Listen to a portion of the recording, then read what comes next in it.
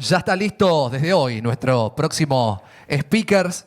Vamos a presentarles un placer de poder recibirlo a él. Él es productor y diseñador de videojuegos, con más de 18 años de experiencia profesional en la industria de videojuegos, desarrollando como Mundo Gaturro hasta juegos de consola para Nintendo y PlayStation, así como muchos otros juegos para móviles y PC. Es profesor universitario de materias sobre producción de videojuegos y de diseño de videojuegos. También es consultor independiente de producción y de diseño de videojuegos. Es socio fundador de ADVA y actualmente forma parte de la comisión directiva, dirigiendo la comisión de capacitación profesional. Son los aplausos para recibir al señor Eduardo Rodríguez Ortega.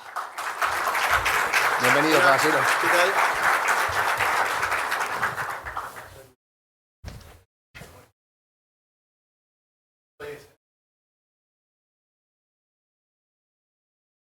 Hola, hola. Bueno, yo no soy Fran Pérez, pero supongo que ya vendrá... Ese sí soy yo. Bueno, hoy vine a hablarles de la industria de los videojuegos. Yo estuve escuchando la conferencia y bueno, ya varios hablaron, dijeron algunas cosas interesantes. Voy a ver si puedo ilustrar un poco mejor cómo es la industria hoy en día y sobre todo con una mirada desde acá, desde esta parte del mundo, de cómo es la industria y cómo nos puede ayudar. Ahí está mi presentación. Bueno, a ver, ya me presentaron. Este es un breve resumen de lo que soy. Me presentaron muy bien. Estoy hace más de 20 años, estoy desde antes del 2000 haciendo videojuegos. Y justamente lo que me pasó es que cuando yo empecé, yo siempre fui un apasionado de los videojuegos. Siempre me gustó, siempre quise trabajar de eso y siempre estuve con eso. Esto es una historia que se repite, es típica. Mi familia me decía, pero dejate, ¿qué estás haciendo perdiendo tiempo con los videojuegos? ¿No ves que, me decían, son gratis? ¿No es que no los paga nadie, vos no los pagás? Bueno, porque había un tema de piratería cuando yo era chico que era importante y que, bueno, eso era una realidad. Pero bueno, no me creyeron y siempre me decían cosas como, no, no vas a poder vivir de eso. La gente que hace fortunas está en otras industrias. Mirá, por ejemplo, la industria de los músicos. Mirá, los músicos son los que se hacen ricos. O Hollywood, ahí es donde se gasta el dinero. Esas son industrias del conocimiento que valen la pena. Y bueno, yo justamente acá le tengo para compartir eso, ¿no? ¿Cómo son los ingresos de esas industrias para compararlo? Para comparar distintas industrias del conocimiento. Algo ya hoy lo presentaron, pero lo voy a mostrar con números. Esto es los ingresos de los últimos 10 años de la industria de música. Fíjense que acá hay unas cosas interesantes, ya que estaba a contarlos. Ven que hay una bajada ahí después del 2011. Hay como una bajada y ahora está subiendo de nuevo. ¿Qué es lo que pasó ahí? Transformación digital. Antes, todos estos ingresos eran por venta de discos, por venta de música. Pasó que la tecnología avanzó, la gente podía tener música en MP3, podía escuchar la música en streaming y demás, y tardó en adaptarse. Esta industria se resistió mucho, pero hoy en día está subiendo ingresos. ¿Y saben por qué? Porque ahora el 90% de los ingresos son de streaming, de música de streaming. Antes acá el 90% era de venta. En el medio hubo una transición entre que se dejó de vender la música en formato físico y se lo pasó a hacer digital. Y eso fue ese pico. Es interesante lo que pasó con esta industria. Y ahora vamos a comparar lo que es la industria musical con la industria de Hollywood, las películas. Acá tenemos la comparación. Fíjense que empezó por abajo, lo que era antes, allá por el 2001, hacía más dinero la música que el cine. Pero fue creciendo parejo. Igual tuvo unas mesetas porque también sufrió una transformación parecida. Que antes los ingresos eran de taquilla, sobre todo, venta de entradas en el cine. Y después empezaron a aparecer tecnologías, al principio lo combatieron como Netflix y demás, y después se dieron cuenta que era una mejor manera de ganar dinero y lo empezaron a aprovechar más rápido. De hecho, acá no se puede ver, pero en los 2 últimos años, que los ingresos son mayores, los ingresos de taquilla no existieron. Durante la pandemia prácticamente no hubo cines abiertos en todo el mundo. Y sin embargo se ganó más. ¿Por qué? Porque todavía se ganó mucho más con streaming.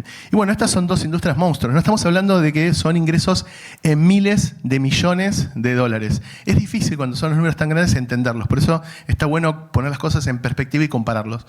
Entonces hoy podemos ver que, por ejemplo, para ir al final, Si estas industrias estaban haciendo, la de música, 24 mil millones de dólares al año, y Hollywood, 16 mil millones de dólares, hoy están haciendo 20 mil millones, o sea, música está haciendo un poco menos inclusive de lo que hacía antes.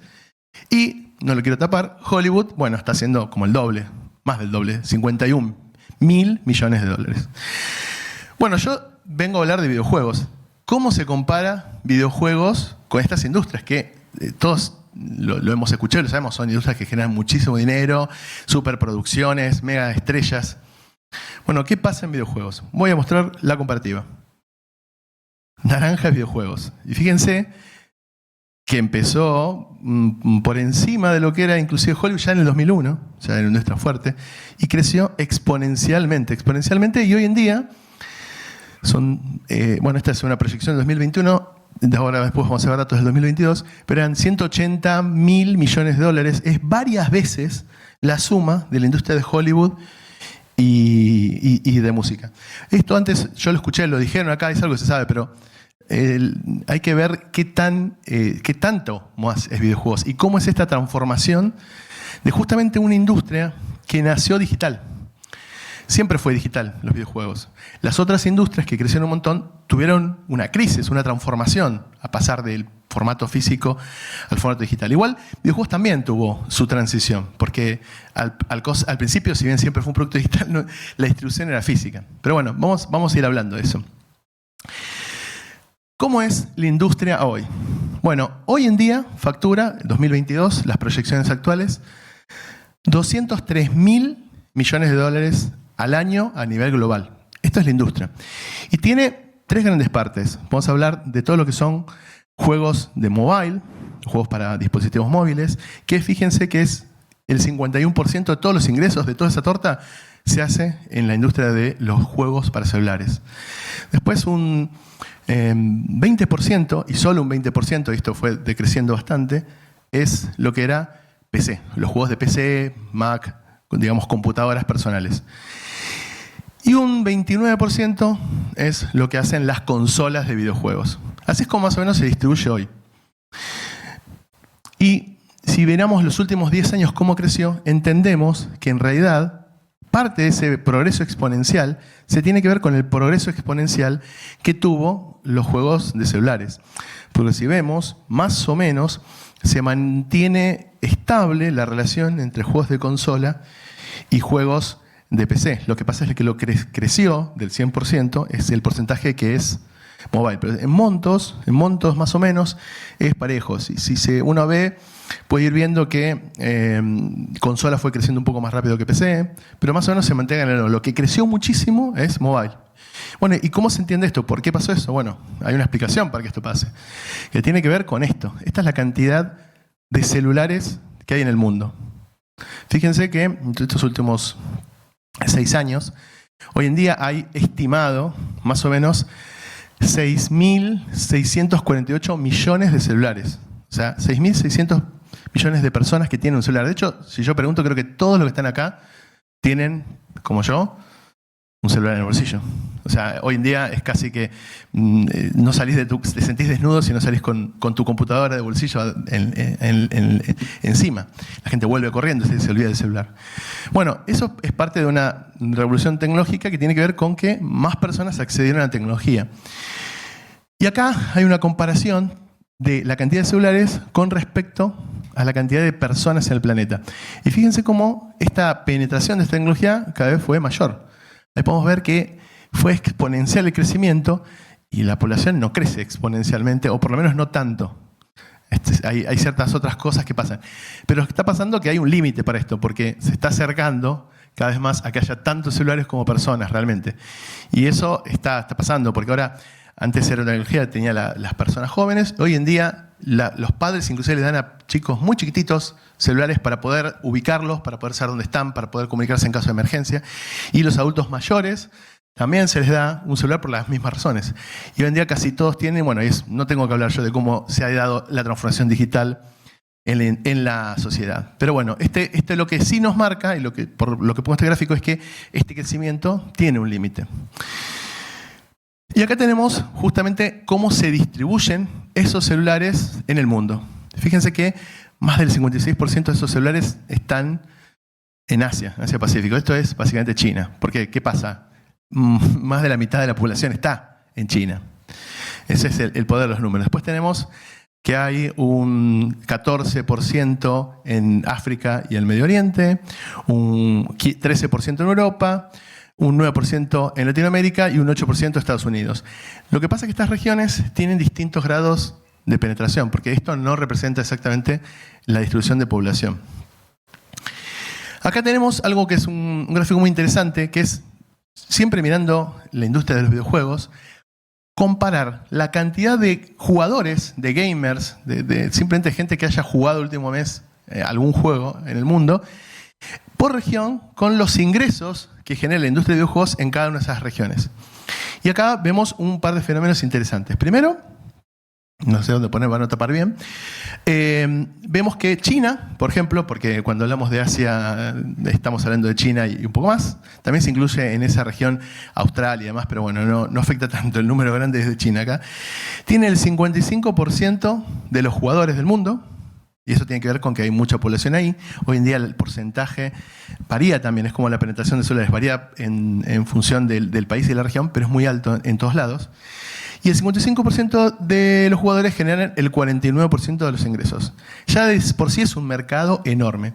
Y un mercado enorme que está cerrado, porque es un mercado completamente controlado por el gobierno chino, que solo ellos tienen la potestad de publicar, de vender juegos. Vos solamente podés publicar un juego allá si en realidad se la das a una compañía china, que son todas sociedades del Estado, para que lo publique ahí. Es un mercado cerrado, pero es un mercado enorme. Todos dicen, uy, quiero entrar ahí, pero es súper difícil. Ahí es como, no hay tantas oportunidades de negocio. Después tenemos Estados Unidos, que tiene, Estados Unidos porque está hablando de Norteamérica, pero básicamente es Estados Unidos y Canadá, y tiene el 7% de la población de gamers del mundo, solo el 7% de los jugadores, pero genera el 26% de los ingresos. Ahí lo que tenemos es una industria súper desarrollada. Genera muchísimo más ingresos que la población que tiene que juega. Ese es el tope, pero no es el mercado más grande. El mercado más grande es el mercado chino, pero que no está tan desarrollado como ese. Después tenemos Europa, otro mercado muy desarrollado, en donde también hay una diferencia positiva. El 13% de los gamers genera el 17% de los ingresos de la industria de videojuegos.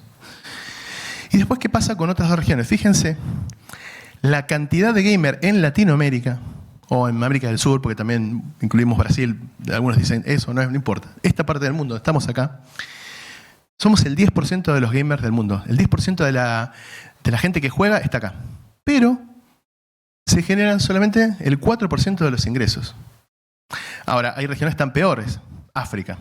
África es más, es el 15% de los gamers. Hay mucha gente también jugando en África, porque hay mucha gente que vive en África. Y es también solamente el 4%. Comparando, está mucho mejor Latinoamérica. Y esta simetría es interesante. Hay muchos más jugadores en Latinoamérica, un porcentaje, un 3% más, pero la diferencia es del 26 al 4. Mucha diferencia. ¿Qué nos dice esto? Que hay mercados que tienen jugadores, que esto yo lo sé por experiencia personal. Yo desarrollé un juego, un Novaturro, que fue uno de los primeros juegos que realmente monetizó en Latinoamérica y en Argentina. Hasta ese momento se pensaba que solo podía haber piratería. Después empezaron a hacer cosas, surgieron cosas como Steam y demás, que, bueno, la gente sí quiere pagar. Una cosa que nosotros descubrimos es que la gente sí quería pagar y tener un producto de calidad. Lo que no podía era pagarlo a lo mismo que alguien que tiene un nivel de adquisición mucho más alto, alguien que viene del primer mundo que está mucho mejor. Lo que hay que hacer es adaptar. Y bueno, algunos hicieron eso, Steam es uno, que lo que hizo fue adaptar. Por ejemplo, hoy en día un juego se paga 5 veces menos en Argentina de lo que se paga en Estados Unidos. Y ganan más plata con eso. ¿Por qué? Porque llegan a más gente que paga menos, pero que puede pagar algo y gana más plata. Y bueno, pero lo que estamos viendo es que hay gamers, hay jugadores en Latinoamérica, pero este mercado todavía no está desarrollado. Este es el desafío. Es un desafío y una oportunidad. Estamos parados en un lugar donde entendemos muy bien, porque vivimos acá, entendemos cómo son las cosas, que tiene un potencial enorme, que todavía no está desarrollado y es una de esas oportunidades. Bueno, este es el gráfico para ver eso. Estos son los mercados emergentes que van a crecer en el futuro y que hay que tomar. Y uno de esos es Latinoamérica, en donde estamos justamente y hay una oportunidad.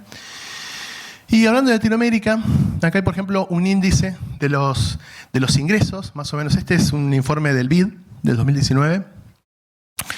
Y en esa época, más o menos, había 5.000 millones de dólares de ingresos generados en Latinoamérica, eso 2018.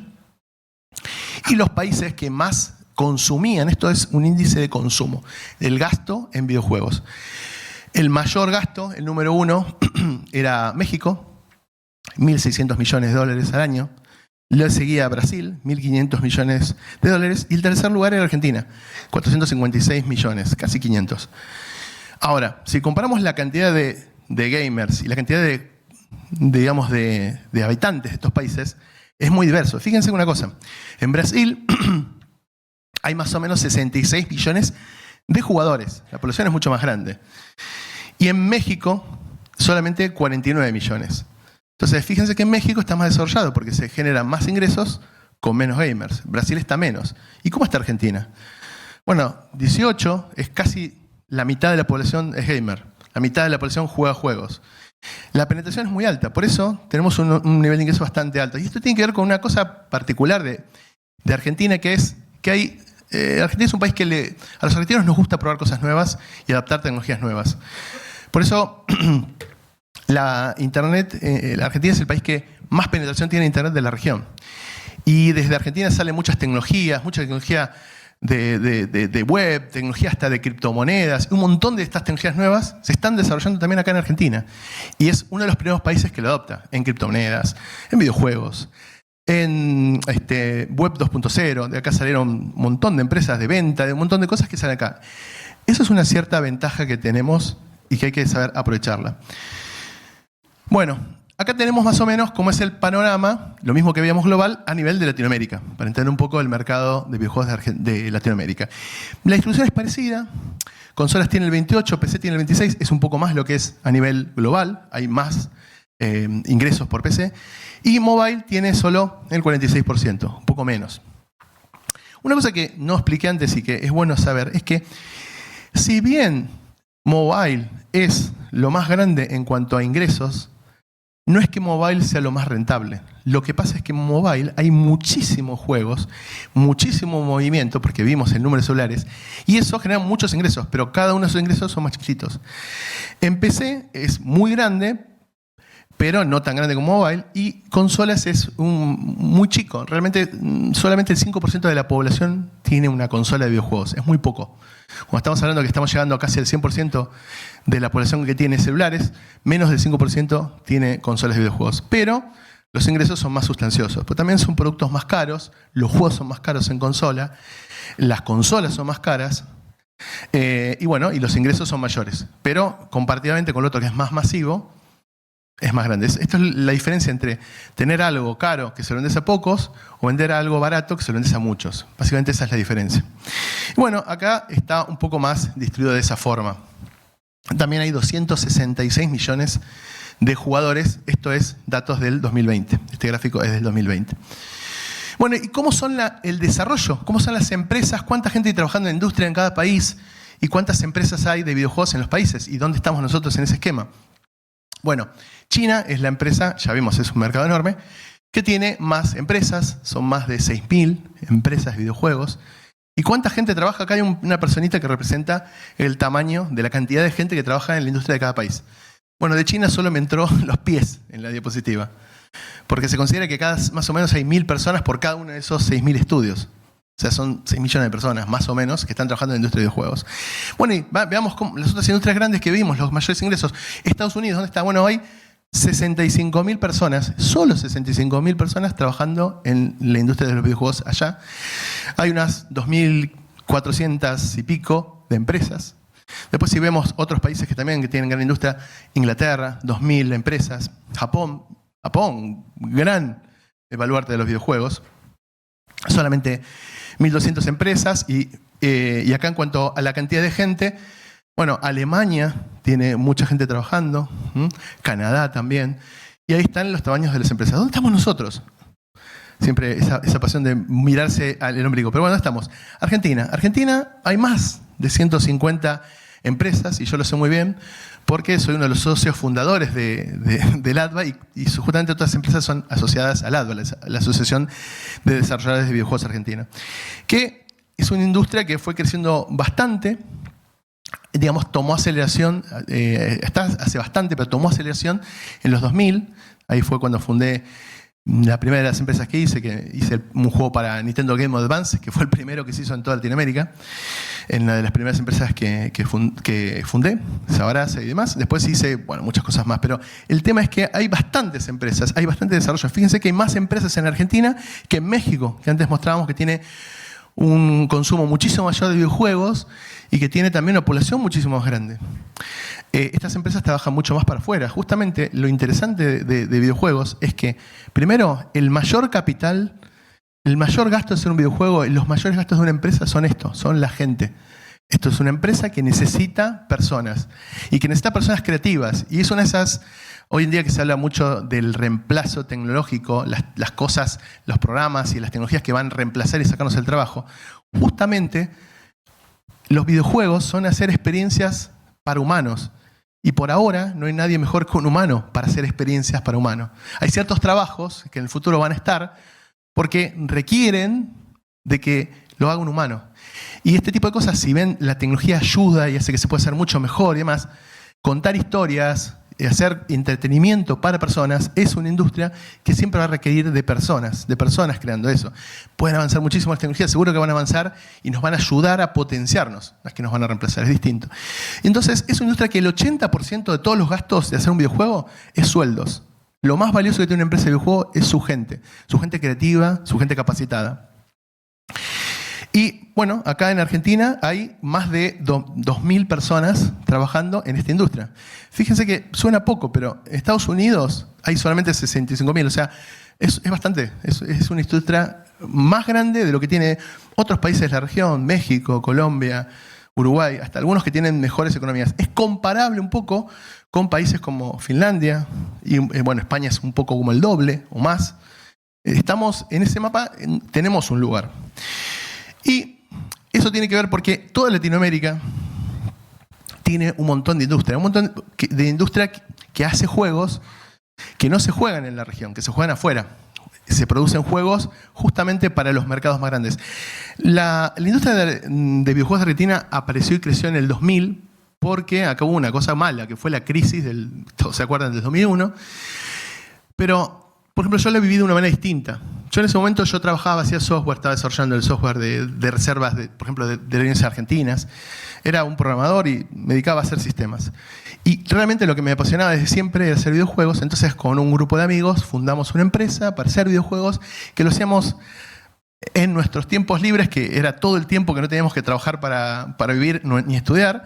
Yo trabajaba 4 horas haciendo sistemas y el resto del día lo usaba para estudiar y para avanzar en esta empresa. Que teníamos este sueño de hacer un juego de Nintendo DS, para eso estábamos haciendo un montón de ingeniería inversa para ver cómo se podía hacer, porque no había información, no había documentación. Y para eso empezamos, para poder financiar ese proyecto, conseguimos un contrato de hacer un juego para Estados Unidos. Entonces estamos haciendo un juego, de hecho era un juego de ajedrez 3D para el dueño de un casino, que le gustaba el ajedrez y quería hacer un juego 3D con eso. Bueno, bárbaro. Y estamos haciendo eso y yo realmente vivía de lo que me daba mi trabajo de programador. Dedicaba esto porque me gustaba, pero me pagaba mucho menos que el otro sueldo. Ahora, un día, por la crisis económica, como yo cobraba en dólares eso, porque venían dólares de afuera, un día, del día para el otro, lo que había en convertibilidad, que un peso era un dólar, al día siguiente era 4. Entonces, en ese momento, yo ganaba 4 veces más con mi trabajo de hobby que con el otro trabajo que yo tenía. O sea, era así de salto. Entonces, hubo mucha gente que se acercó. Y básicamente lo que pasó es que fuimos baratos y tuvimos una oportunidad. Normalmente, el software se desarrollaba siempre en India. Era muy barato y tenía mucha gente, muchos programadores para hacer software. Pero de repente, el día de la mañana, en Argentina éramos más baratos y nos empezaron a contratar, sobre todo de Estados Unidos y también de Europa, para hacer cosas. Empresas como Disney, como Cartoon Network, como todas las empresas de contenidos que querían también hacer videojuegos. Nos probaron simplemente porque éramos baratos. ¿Y qué se encontraron? Se encontraron con que acá había también mucha gente capacitada y teníamos una ventaja, 2 ventajas con respecto a India. Primero, el uso horario. Estábamos en la misma parte del mundo y los horarios eran parecidos. Por ejemplo, teníamos el mismo horario que algunas partes de Estados Unidos. Y segundo, la cultura. Nosotros entendíamos muy bien cuando nos hablan de Disney, porque nos habíamos criado con ese tipo de contenidos. Entonces, culturalmente era más afín que los hindúes, que era algo más estrambótico. Y no sé si tuve la oportunidad de hablar inglés con un hindú. Es una experiencia. A nosotros nos entiende mucho mejor cuando hablamos que a un hindú. Bueno, igual siempre, ¿no? Cuando no es tu idioma nativo, siempre te cuesta. Y a veces es más fácil entender a alguien que no es su idioma nativo que a alguien que tiene un inglés muy cerrado. Pero bueno, tiene esas ventajas, pero éramos baratos. Nos probaron y cuando pasó eso, porque dejamos de ser baratos, se corrieron, como siempre, se corre el arco en todo, nos siguieron contratando porque... ¿Por qué? Porque éramos buenos, porque podíamos hacer las cosas bastante bien. Entonces empezó a crecer mucho una industria de videojuegos. Y bueno, justamente acá están todas las confederaciones de desarrolladores de videojuegos de toda Latinoamérica. Y justamente la más antigua de todas estas es ADVA. Que ADVA, que es la Asociación de Desarrolladores de Videojuegos Argentinos, en realidad la fundamos por allá por los 2000, justo con ese boom. Y lo que pasó es que también empezó a surgir que no había más empresas en el resto de Latinoamérica. Pero obviamente que nosotros creamos una ONG, una organización sin fines de lucros, argentina. Entonces no podíamos asociar empresas de otro país. Es como una cámara de empresas y de emprendedores, de independientes. Entonces no podíamos asociarlos y lo que hicimos fue instarlos a que creen sus propias organizaciones, porque era importante desarrollar la industria en la región. Y algo que pasa en la industria de videojuegos que es particular y no pasa en otras, es que realmente es una industria muy solidaria donde todos entendemos que haya más empresas y que la industria sea más grande nos beneficia a todos. Entonces, si bien hay competencia en la práctica, en realidad es todo lo contrario. Porque claro, ya nos pasaba cuando nosotros íbamos a las conferencias de Estados Unidos a hablar de videojuegos de Argentina, nos miraban Argentina, Mate, Maradona, videojuegos también, no nos creían, hasta que, bueno, pudimos demostrar que podíamos hacer cosas. Entonces, hay que hacer crecer la industria, y siempre pasa esto. Si vos te va muy bien, necesitas o contratar más gente o contratar más empresas. Como vimos, esta es una industria que crece mucho, y como crece mucho cada vez necesita más gente. Se necesita más. Y una de las problemáticas que teníamos al principio, cuando fundamos la ADVA, era que no había gente. Los programadores se iban para trabajar para los bancos, que eran los que pagaban bien. Todavía no podíamos pagar tan bien y no había gente. Y justamente videojuegos, ahora vamos a ver, necesita un montón de gente y un montón de gente de disciplinas muy diferentes. Bueno, la cuestión es que instamos a que se formen todas estas instituciones lo otro que iba a decir es que eso si te va bien necesitas más gente. Y si te va mal, si te va más mal y la industria es grande y hay más empresas, vos podés ir a trabajar en esas empresas que van a apreciar tu experiencia. Entonces, para bien o para mal, te conviene siempre que haya más empresas. Y en realidad el mercado es tan grande, ya vimos en los números, son tan grandes, que en la práctica no estás ni compitiendo. Es como pescar en el océano y que vos tires tu caña y yo tire la mía a 500 kilómetros y realmente los peces que vos sacás a mí no me afectan porque es muy grande el océano. Entonces eso genera un clima de cooperación, de ayudarse, de hacer crecer y de trabajar mucho en la difusión. Justamente, cuando se funda ADVA en el 2003, el objetivo era justamente, es una organización sin fines de lucro que lo que hace es promover el crecimiento de la industria. Y bueno, somos miembros de esa Federación Latinoamericana que supimos crear a partir de que se crearon todas estas instituciones y como nos sirvió a cada uno de nuestros países agruparnos, nos agrupamos a nivel regional para tratar de crecer más todavía.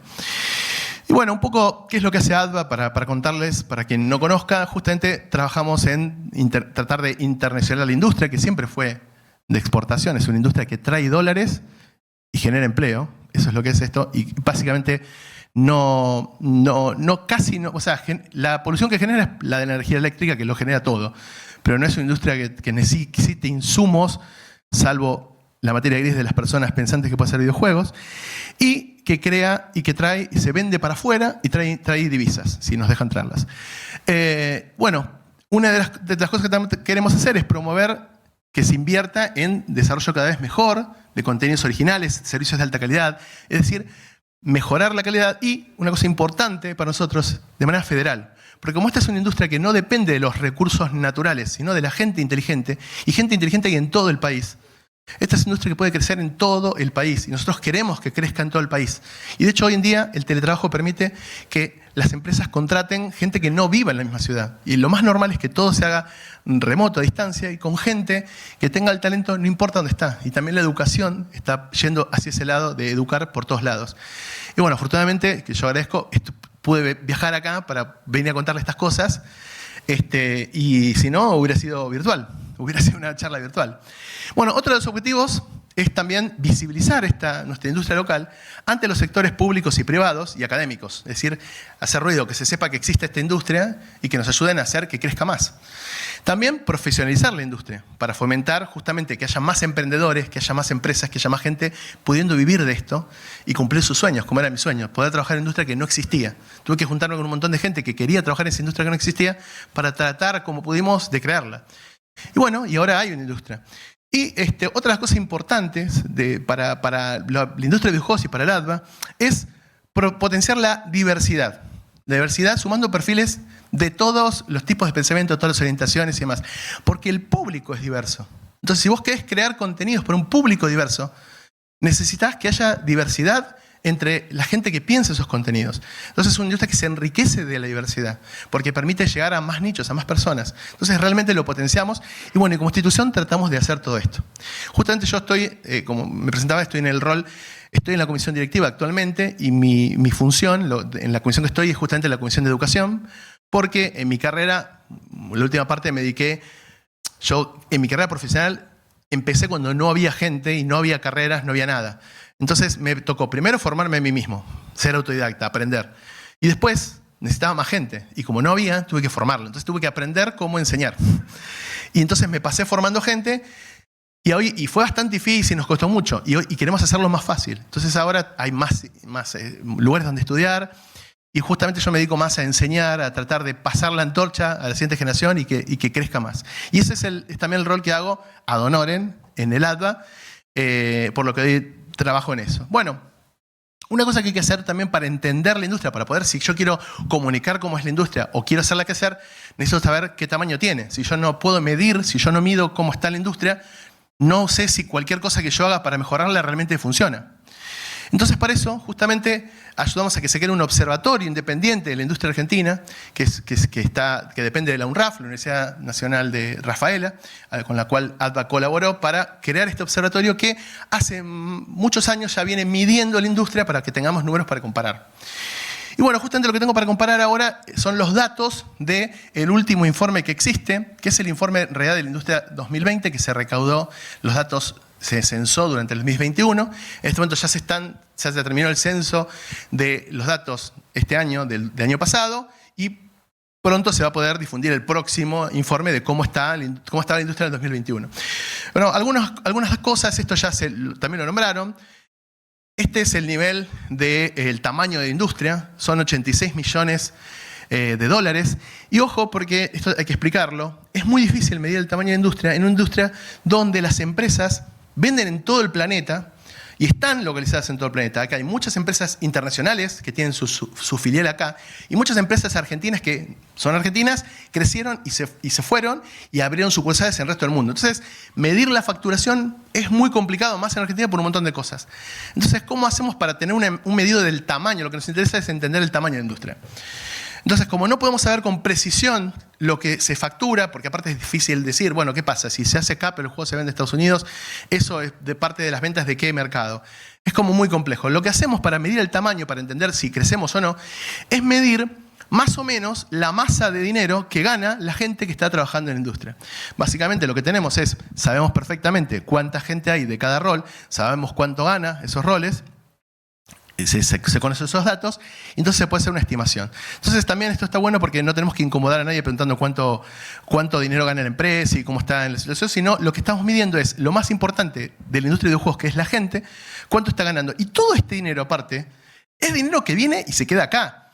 No es dinero que está dando vueltas, es dinero que llega para ir al supermercado, para comprar cosas, porque es el dinero que tiene la gente que vive de la industria de videojuegos.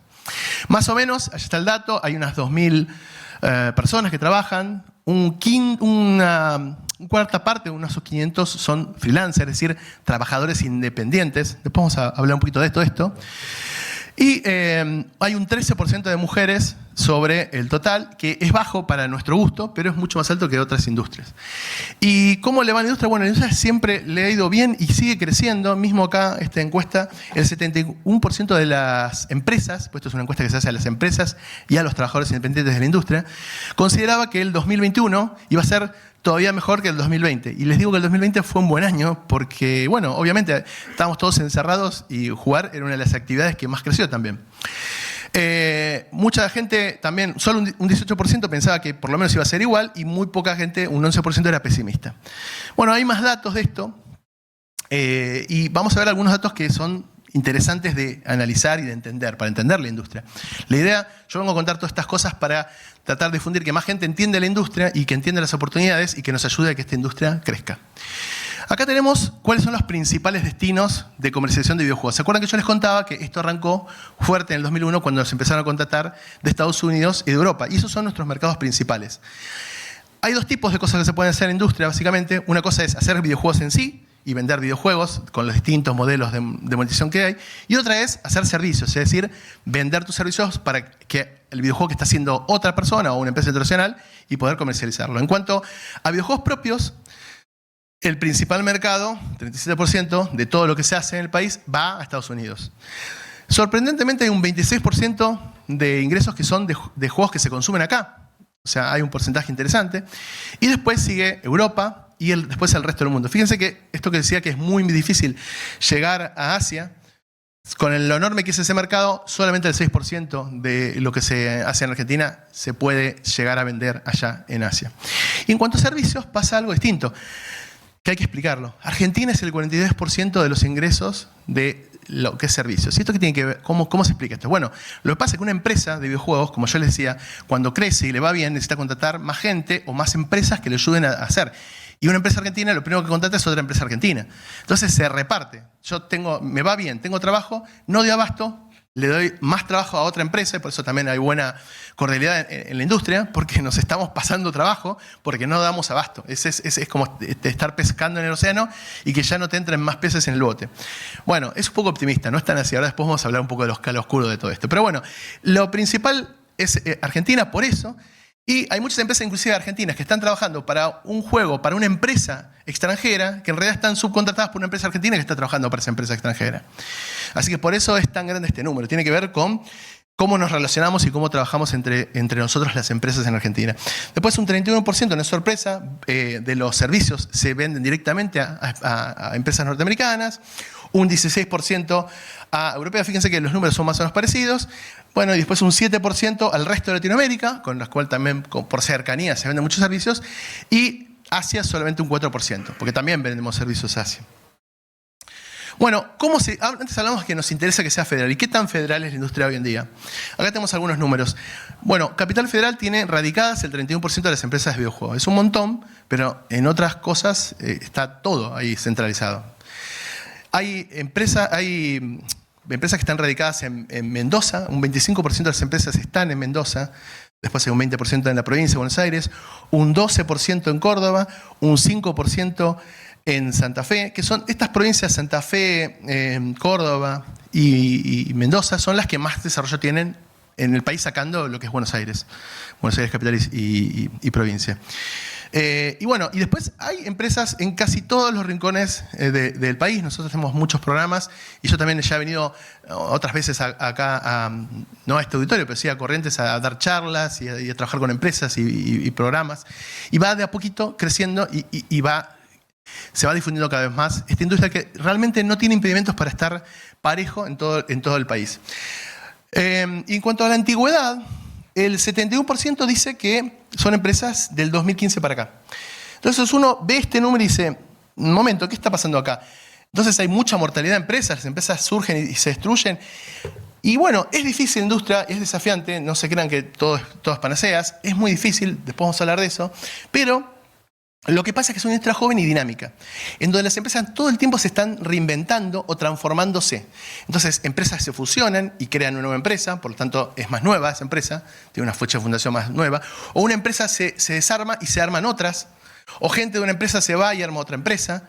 Pasan todas esas cosas todo el tiempo y en realidad cuando uno mira un poco más de cerca, no es que son todas nuevas, sino que acá hay muchas caras conocidas que cambian de lugar y nuevas cosas que van surgiendo. Igual después hay empresas tan antiguas como desde antes, desde el del 85 al 90. Había acá empresas. Lo que pasa es que el boom fuerte, se dio a partir del 2000. Que no se refleja tanto esto porque la industria es muy dinámica. Un poco de datos sobre género. Es interesante que ya hablamos de que el 13% de los empleados son mujeres y también es interesante que el 6% de los cargos directivos, de los C y demás, son mujeres. Que para mi gusto debería ser mucho más alto este número, pero, insisto otra vez, bueno, por lo menos sí pasa y es algo normal. De hecho, hemos tenido la presidenta del ADVA, o sea, hemos tenido una presidenta, una mujer presidiendo el ADVA y actualmente la vicepresidenta es una mujer que está trabajando y hay mucha actividad y muchas mujeres que nosotros siempre tratamos de instar a que más chicas, más mujeres se acerquen a trabajar porque hay como prejuicios. Y en realidad hoy en día esos prejuicios ya no existen más porque cuando vos mirás a los jugadores, antes había ciertos juegos, no sé, shooters y demás, que bueno, estaban como pensados para hombres y que el público mayoritariamente era hombres. Pero hoy en día, hoy agarrás cualquier juego y el 50% son chicos y el 50% son chicas. Ya no hay esa diversidad, es como esas barreras se han ido corriendo. Entonces, eso mismo tiene que pasar todavía más en la industria. Y después tenemos un porcentaje que es un 1% de personas trans y con otras orientaciones sexuales, que bueno, hace poco estaba viendo los datos del censo y bueno, eso sí está bien representado porque más o menos esa es el último censo arroja que hay un 1% de personas con otras identidades sexuales en todo el país. Así que hay un 1% en la industria, entonces está representado bien, ¿no? Porque bueno, el 50% de las personas son hombres o mujeres, bueno, y hay 1% de otras identidades sexuales. La industria es una industria muy abierta, sin prejuicios, es una industria joven, y bueno, eso permite eso. Y bueno, después también una cosa interesante, que eso se va dando cada vez más, hay un 8% de mujeres que trabajan en cuestiones bien técnicas, o sea, programadoras. Antes no era, bueno, al principio, en la computación había muchas mujeres, muy al principio. Después se hizo más masculino y ahora está volviendo a crecer a una cosa más normal de igualdad. Bueno, acá tenemos un poco para qué plataforma se desarrolla. Fíjense que el 74% es mobile, los juegos, y el 71% PC Mac. Y dicen, esto no suma 100, ¿cómo es esto? Bueno, porque esto lo que estamos viendo es el porcentaje, digamos, de las empresas declaran para qué plataformas se hacen juegos. Entonces, muchas empresas hacen tanto juegos para mobile como PC. Inclusive muchos juegos están tanto en mobile como en PC. Por eso esos porcentajes están altos. Y eso es lo principal. Después hay mucho juego web y consolas de videojuegos. No hay que desestimar porque si sumamos las de fijas con las de portátiles, más o menos hay un 40% de juegos para consolas que se hacen en el país. Hay mucha industria. A mí me tocó hacer incubación con Sony y sacar la primera licencia en el año 2010 para desarrollar juegos para PlayStation. Desarrollé varios juegos. Y hay muchas otras empresas que hoy en día están haciendo juegos para consolas. Bueno, algunos datos de tecnologías. No los quiero aburrir mucho con esto. Es un poco técnico, pero para entender un poco cómo se mueve. Y por si les preguntan a alguien, bueno, ¿qué tecnologías hay que saber para poder entrar en videojuegos? Hay muchas, porque hay muchas cosas diferentes.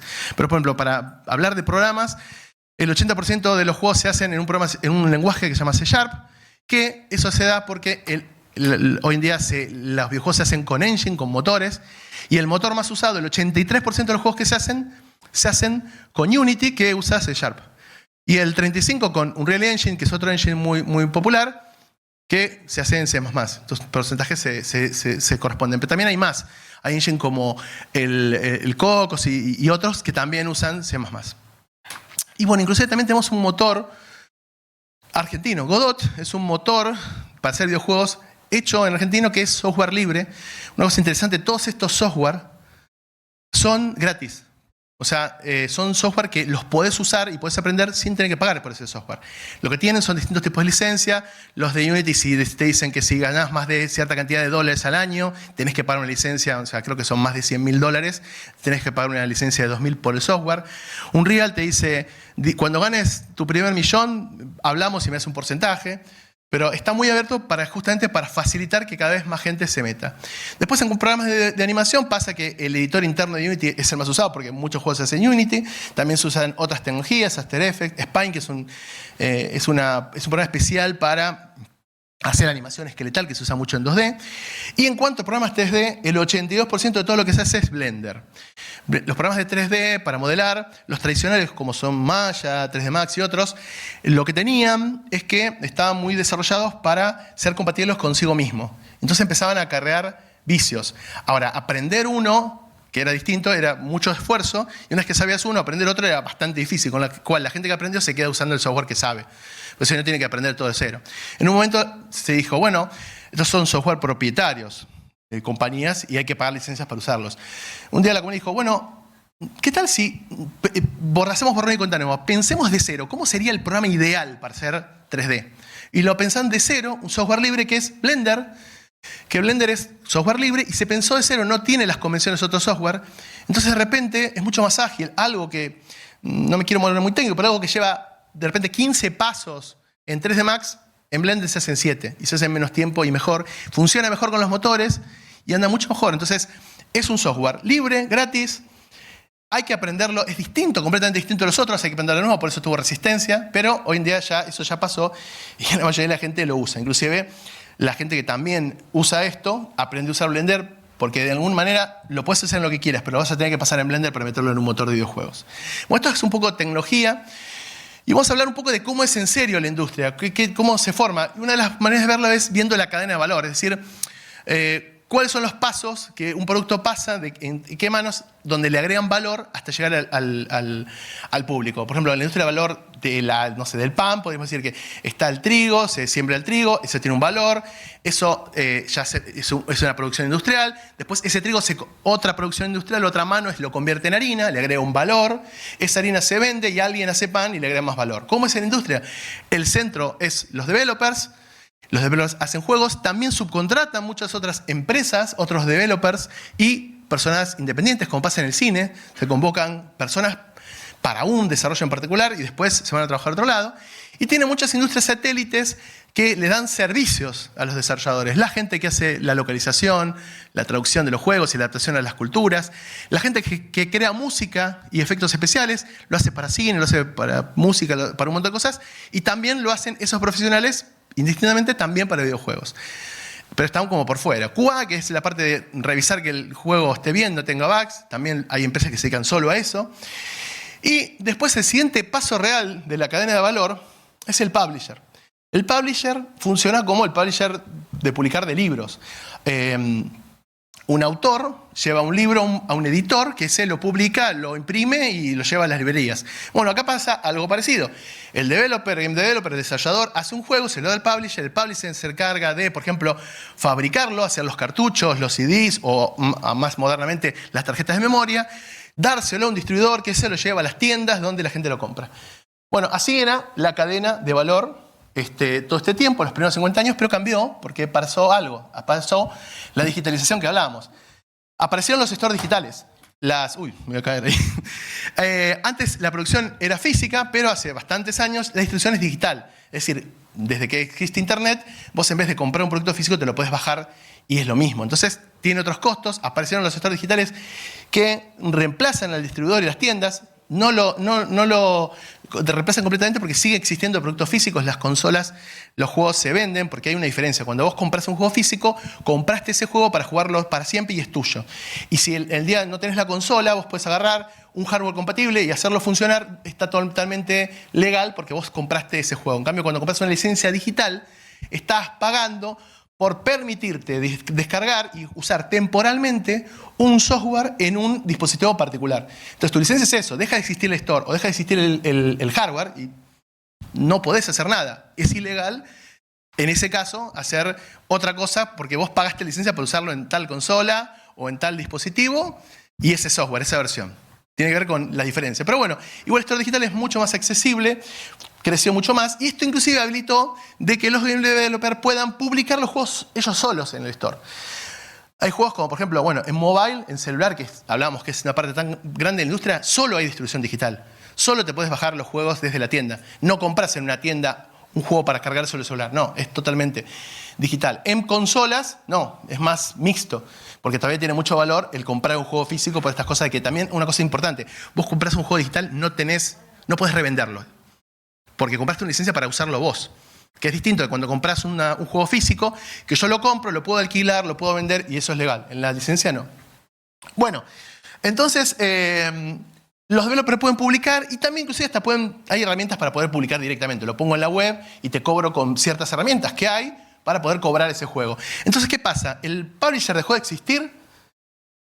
No, porque la industria de videojuegos, y esto hay que entenderlo, porque hablamos mucho de las bondades, es una industria de hits. Por cada juego que sale y que es exitoso, hay cientos, miles de juegos que no hicieron dinero, que les fue muy mal.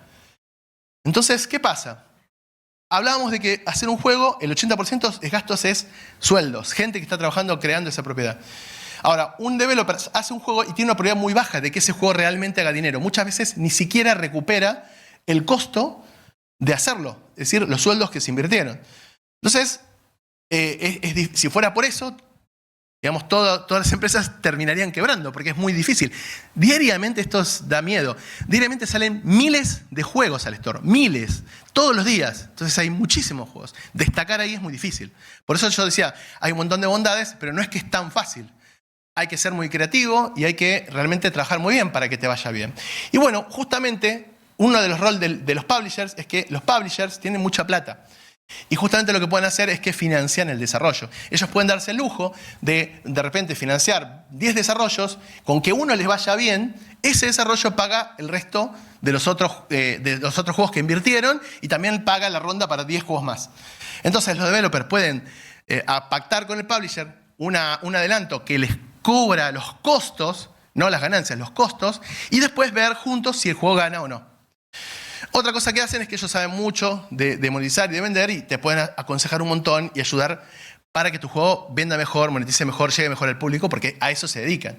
Y también para que lo hagan conocido, porque justamente ellos pueden invertir mucha plata en las campañas de adquisición y de publicidad, porque como salen cientos de juegos, miles de juegos diariamente, la única manera de que tu juego destaque es que vos hagas realmente propaganda, publicidad de ese juego. Si no, puede pasar sin pena y gloria, no lo sabe nadie, lo bajó tu mamá y el resto del mundo no sabe que existe. Porque se pierde en la cantidad de juegos que salen todo el tiempo. Entonces, también ellos pueden gestionar destaques que hacen que tengan más visibilidad de las tiendas. Y bueno, ¿y cómo son los roles del equipo de desarrollo? ¿Qué tipo de gente se necesita para hacer videojuegos? ¿Cómo son las disciplinas? Y bueno, básicamente hay 4 grandes disciplinas muy distintas, que tienen roles muy diferentes y que hacen cosas distintas. Está la parte de todo lo que es arte, que incluye más que nada el arte gráfico, la parte de programación, como la industria del software, y la parte de diseñar juegos.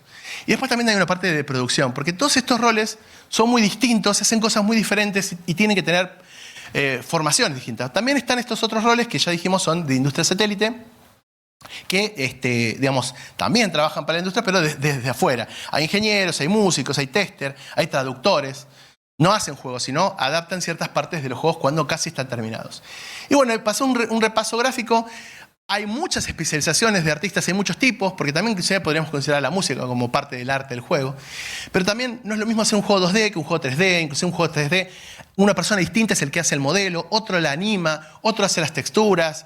Son como especializaciones muy diferentes. Y en cuanto a programación, los programadores se diferencian generalmente por su experiencia, pero también hay mucha especialización, porque no es lo mismo el que hace un juego con un motor que el que programa un motor para que otros hagan juegos, o el que programa la inteligencia artificial, o el que programa la parte de red para que se pueda jugar en línea.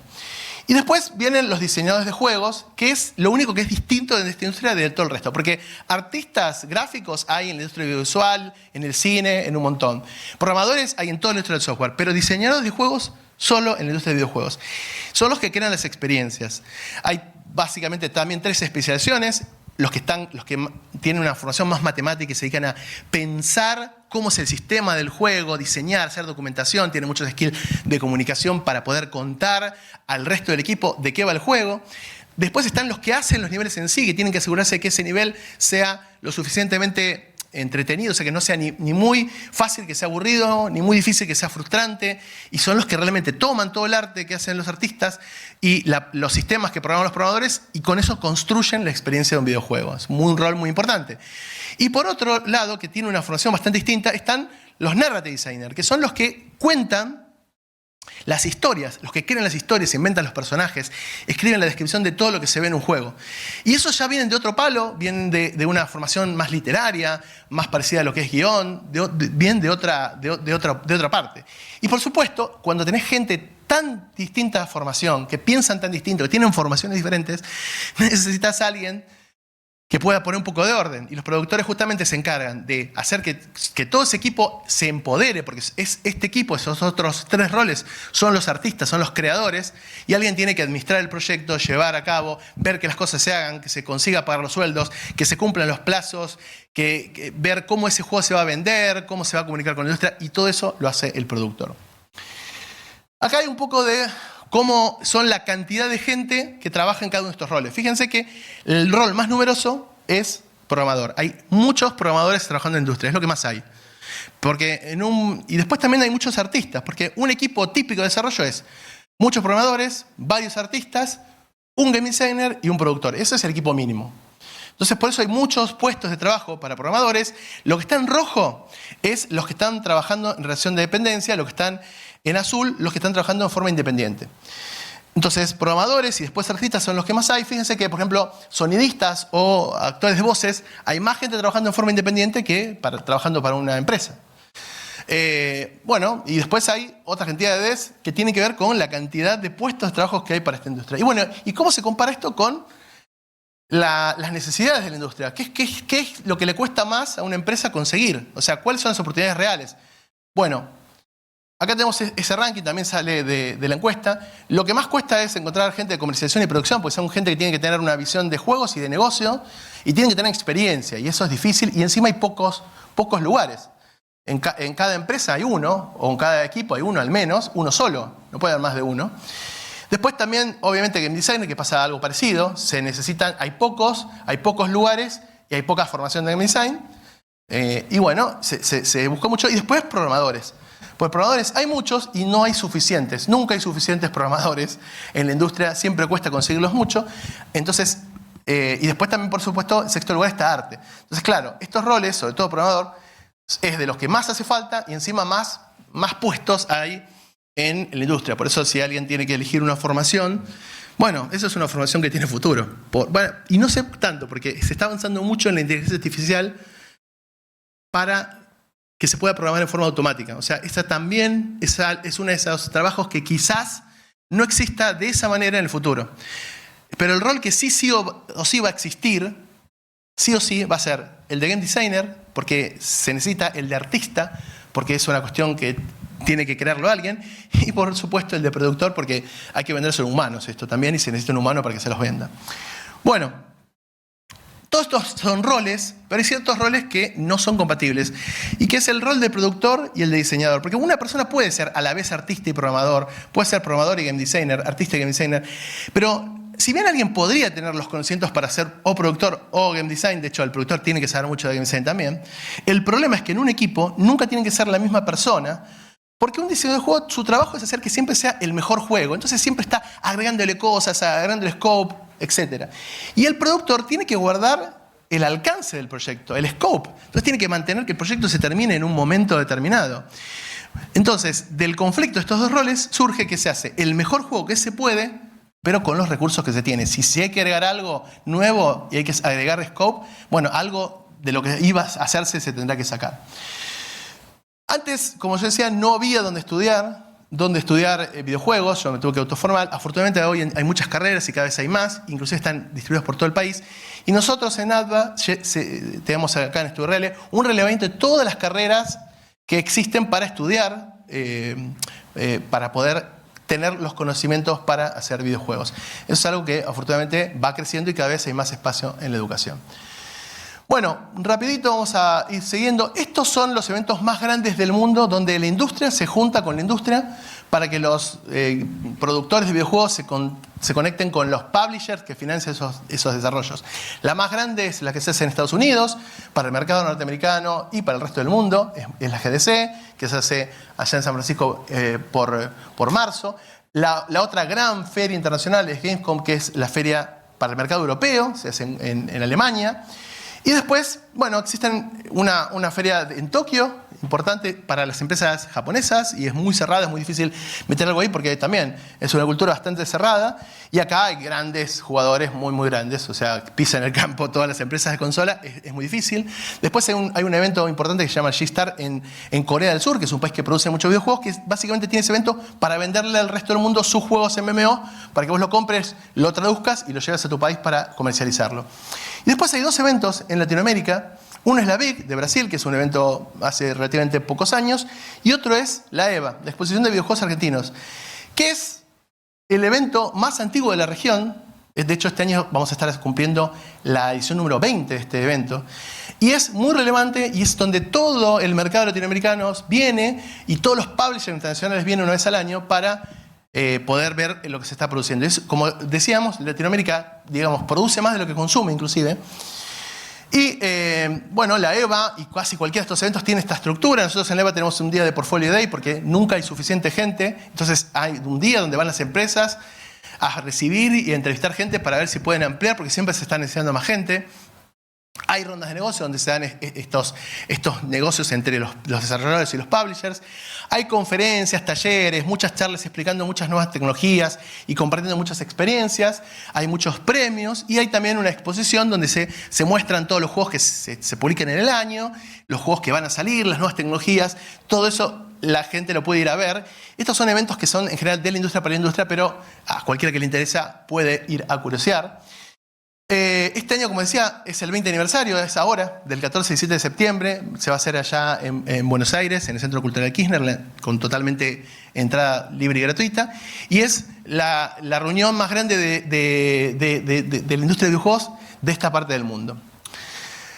Y para terminar esto, yo quiero contarles que hacer videojuegos, por más que es una empresa que siempre se necesita más gente, le va muy bien, crece, es bastante difícil, porque hay un montón de riesgos. No es tan fácil hacer videojuegos. Primero, es que ya explicábamos, es una industria de hits y uno de cada tantos realmente da dinero y hay muchos intentos y mucho esfuerzo. Entonces hay que destacarse. Y bueno, hay que estar conociendo las nuevas tecnologías que todo el tiempo surgen, porque es una industria que está en la cresta de la ola de tecnologías.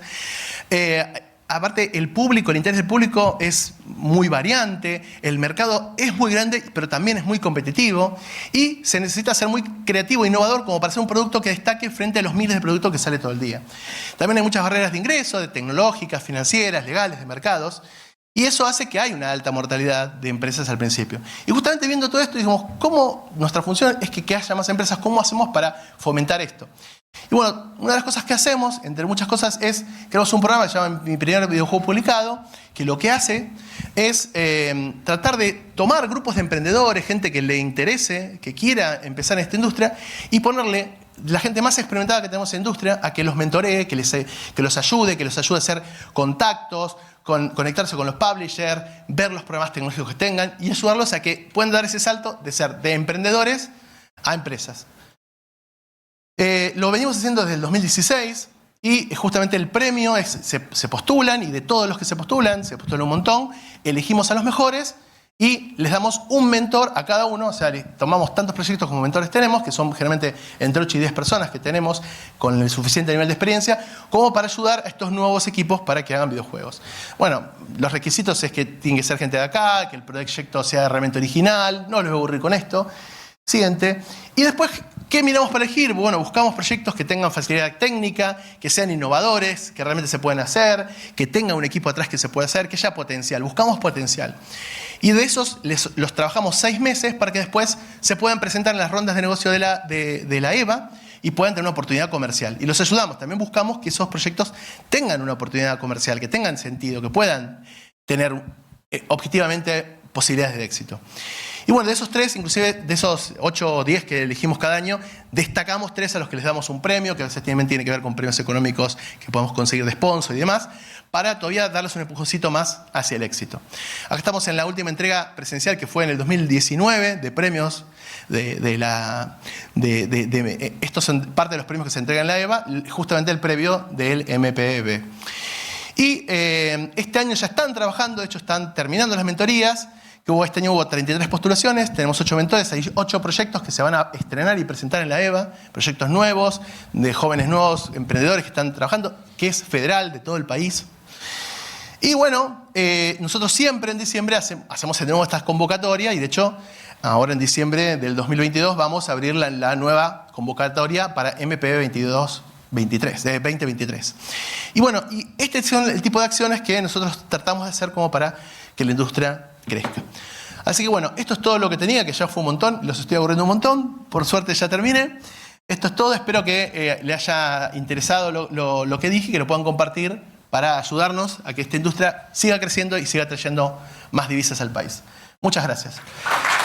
Allí la participación de Eduardo Rodríguez Ortega, cómo ingresar a la industria del videojuego, compartiendo con nosotros en TelcoConf 2022.